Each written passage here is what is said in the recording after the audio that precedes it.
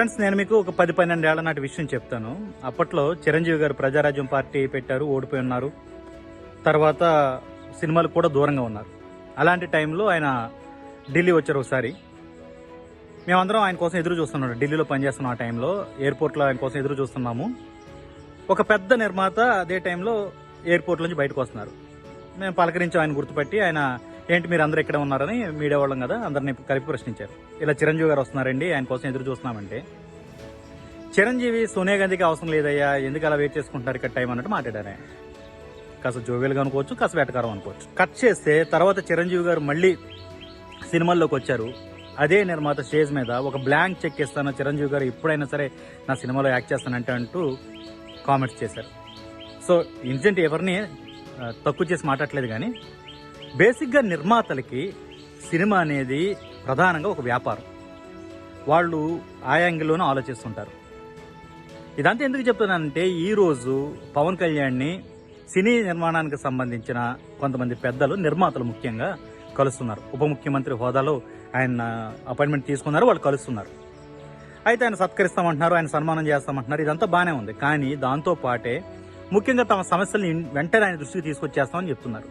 ఏంటవి? Cinema ticket రేట్లు పెంచుకునే విషయం. దాంతోపాటుగా థియేటర్ల సమస్యలు కొన్ని ఉన్నాయి, అవి కూడా. ఈ సినిమా టికెట్ల రేట్లు పెంచుకోవడం అనేది ఇప్పుడు పవన్ కళ్యాణ్కి ఎదురవుతున్న మొట్టమొదటి ఛాలెంజ్. అది కూడా తన మాతృ సంస్థ అనుకోవాలో లేదా మాతృ రంగం అనుకోవాలో, అదే సినిమా రంగం నుంచి. ఇది ఎలా ఉంటుందంటే రెండంచుల కత్తి అనమాట. ఇప్పుడు సినిమా నిర్మాతలకు సంబంధించి డిమాండ్లకు తలొగ్గి వాళ్ళకి విపరీతంగా టికెట్లు పెంచుకునే ఒక అవకాశం ఇచ్చేస్తే, సామాన్యుల దృష్టిలో ఇది కొంచెం నెగిటివ్ అయ్యే అవకాశం ఉంటుంది. అంతంత పెద్ద రేట్లు, ఇప్పటికే సినిమాకి వెళ్ళాలంటే సామాన్యుడు భయపడిపోతున్న పరిస్థితి. ఇంకా రేట్లు పెంచుకోవాలంటే ఒక నెగిటివిటీ వస్తుంది జనంలో అనే ఒక మాట అయితే ఉంది. అలా కాదు, సినిమా టికెట్లు యథాతథంగానే ఉంచాలి అనే ఏదైనా నిర్ణయం తీసుకుంటే, సినిమా వాడే ఉండి సినిమా రంగం నుంచి వచ్చి సినిమా వాళ్ళకి హెల్ప్ చేయట్లేదని ఇంకొక మాట వచ్చే అవకాశం ఉంది.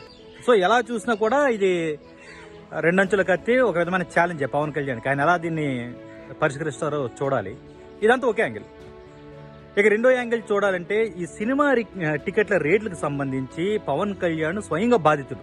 ఆయన భీమలా నాయక్ కావచ్చు, అలా అప్పుడు అయితే ఏకంగా ఎంఆర్ఓల్ని, స్కూల్ టీచర్లని కూడా సినిమా థియేటర్ల దగ్గర పెట్టి రేట్లు తగ్గించేసి టికెట్ల రేట్లు ఏమైనా ఎక్కువ అమ్ముతున్నారేమో అంటూ చెకింగ్ చేసిన పరిస్థితి చూసాం గత ప్రభుత్వం చేసిన ఇష్యూస్.